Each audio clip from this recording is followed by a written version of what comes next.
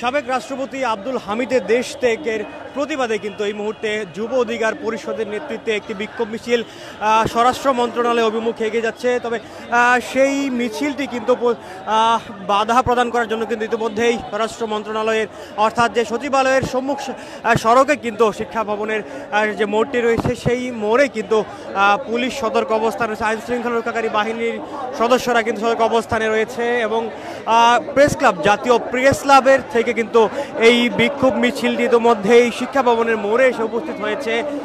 Police সদস্যরা কিন্তু এখানে সতর্ক অবস্থান নিয়েছে, তারা ব্যারিকেড প্রদান করে কিন্তু এই ঘেরাও কর্মসূচি অর্থাৎ এই বিক্ষোভ মিছিলটি, সেই বিক্ষোভ মিছিলটি কিন্তু বাধা প্রদান করার জন্য কিন্তু ইতিমধ্যেই এই সড়কটির অর্থাৎ এই সড়কটির সামনে কিন্তু অবস্থান করছে।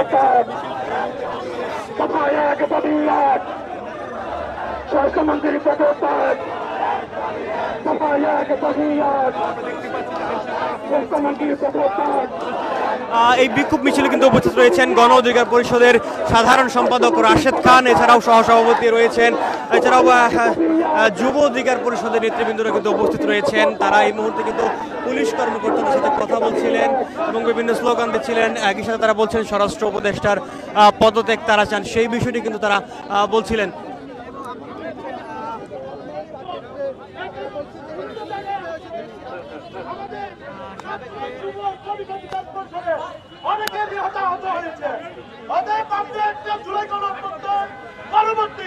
যাদেরকে সরকারে বসিয়েছি আমরা চেয়েছি এখানে কোন আওয়ামী লীগের ঠিকানা হবে না। শহীদ করেছেন ৩০,০০০ ছাত্র জনতাকে নির্মমভাবে গুলি করে পিটিয়ে আহত করেছে, তাদের সাথে আমরা কোনোভাবে সমঝোতা করব না।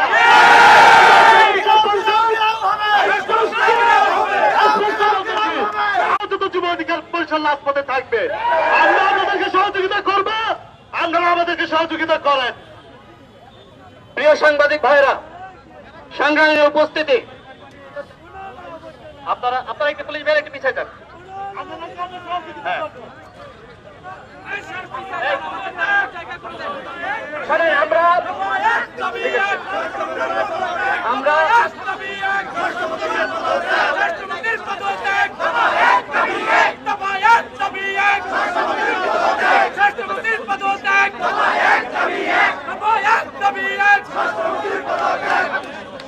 আমাদের স্পষ্ট কথা, আমরা আজকে সকালে দেখেছি, আজকে সকালে ঘুম থেকে ওঠার পরে আমরা গণমাধ্যমের সংবাদে দেখলাম আজকে আসামি সাবেক দামি রাষ্ট্রপতি, এই দামি রাষ্ট্রপতি তিনি দেশ ছেড়ে পালিয়েছেন। অন্তর্বর্তীকালীন সরকার আমাদের সরকার, এই সরকার গণঅভ্যুত্থানের সরকার, কিন্তু আমরা লক্ষ্য করছি এই সরকার গণঅভ্যুত্থানের চেতনার সাথে বেইমানি করে তারা আওয়ামী লীগকে পুনর্বাসন করছে। কিভাবে, কার সহযোগিতায় দামি রাষ্ট্রপতি আব্দুল হামিদ দেশ ছেড়ে পালালো, তার কৈফিয়ত সরকারকে দিতে হবে।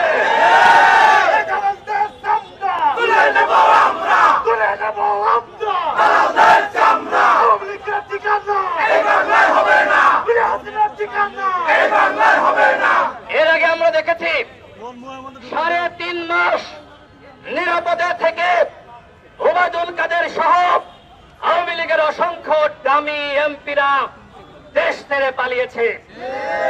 কিভাবে, কাদের সহযোগিতায় তারা পালালো?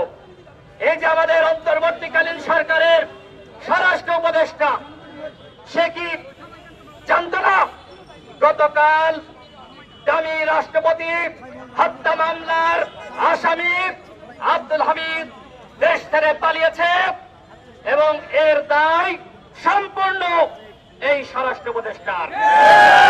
সুতরাং আগামী ৪৮ ঘন্টার মধ্যে এই স্বরাষ্ট্র উপদেষ্টার পদত্যাগ করতে হবে।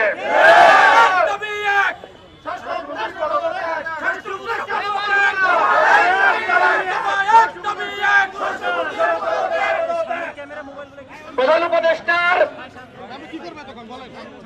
একটু প্লিজ পিছিয়ে যান না, একটু সবাই পিছিয়ে যান, সবাই একটু পিছিয়ে যান।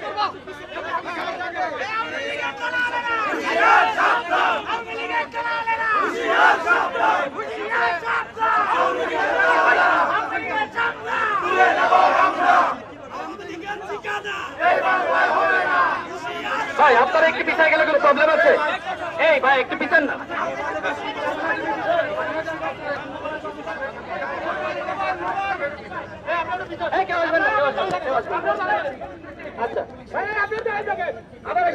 দর্শক, এই মুহূর্তে কিন্তু কথা বলছিলেন গণ অধিকার পরিষদের সাধারণ সম্পাদক রাশেদ খান। তিনি কিন্তু একটি আলটিমেটাম দিয়েছেন, 48 ঘন্টার একটি আলটিমেটাম দিয়েছেন, যে অর্থাৎ এই 48 ঘন্টার মধ্যে স্বরাষ্ট্র উপদেষ্টাকে পদত্যাগ করতে হবে সেই বিষয়ে তারা উল্লেখ করছিলেন। দর্শক, এই মুহূর্তে কিন্তু শিক্ষা ভবনের সামনে আইন শৃঙ্খলাকারী বাহিনীর সদস্যরা সতর্ক অবস্থান নিয়েছেন এবং সেই অবস্থান থেকেই কিন্তু সেখানে কিন্তু এসেছিলেন যুব অধিকার পরিষদের নেতৃত্বে যে বিক্ষোভ মিছিল, সেই বিক্ষোভ মিছিলটি কিন্তু স্বরাষ্ট্র মন্ত্রণালয় ঘেরাওয়ের উদ্দেশ্যে ছিলেন। তবে শিক্ষা ভবনের মোড়ে পুলিশ আইন শৃঙ্খলাকারী বাহিনীর সদস্যরা তাদেরকে বাধা প্রদান করেছে এবং এইখানে কিন্তু অর্থাৎ এই বিক্ষোভ মিছিলে কিন্তু উপস্থিত রয়েছেন গণ অধিকার পরিষদের যে সাধারণ সম্পাদক রয়েছে রাশেদ খান কিন্তু এই মুহূর্তে কথা বলছেন এবং তিনি 48 ঘন্টার একটি আলটিমেটাম দিয়েছেন। 48 ঘন্টার মধ্যে স্বরাষ্ট্র উপদেষ্টার পদত্যাগ কিন্তু দাবি করছেন। আমাদের স্পষ্ট দাবি, আগামী 48 ঘন্টার মধ্যে স্বরাষ্ট্র উপদেষ্টার পদত্যাগ করতে হবে। প্রধান উপদেষ্টার গণঅভ্যুত্থানের সরকার প্রধান হিসেবে যাকে আমরা মনোনীত করেছি, তিনি শুরুতে আওয়ামী লীগের বিরুদ্ধে কড়া বক্তব্য দিলেও এখন তিনি বলছেন আগামী নির্বাচনে আওয়ামী লীগ অংশ নিবে কি নিবে না সেটি আওয়ামী লীগের দলীয় না। তাহলে কিন্তু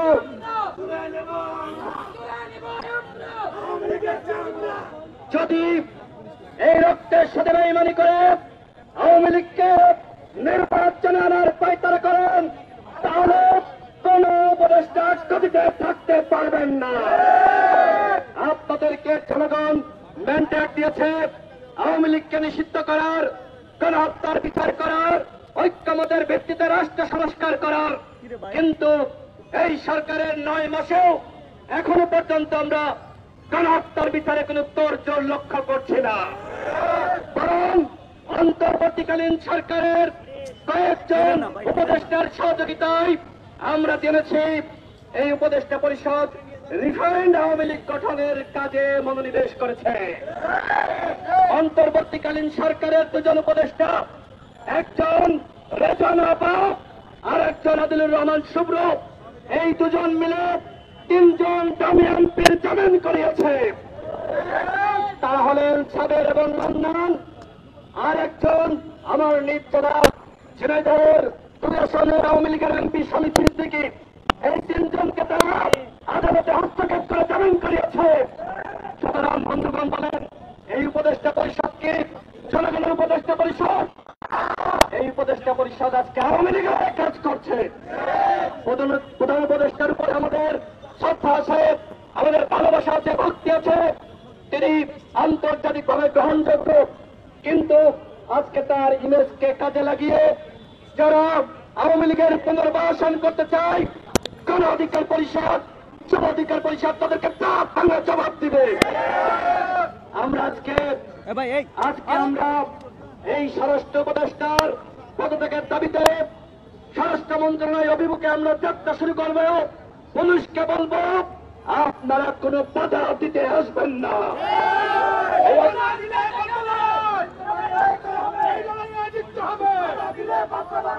আপনারা আজকে যে চেয়ারে বসেছেন, আমাদের আন্দোলন সংগ্রামের ফলেই এই চেয়ারে বসার সুযোগ পেয়েছেন। সুতরাং কোনোভাবে আমাদের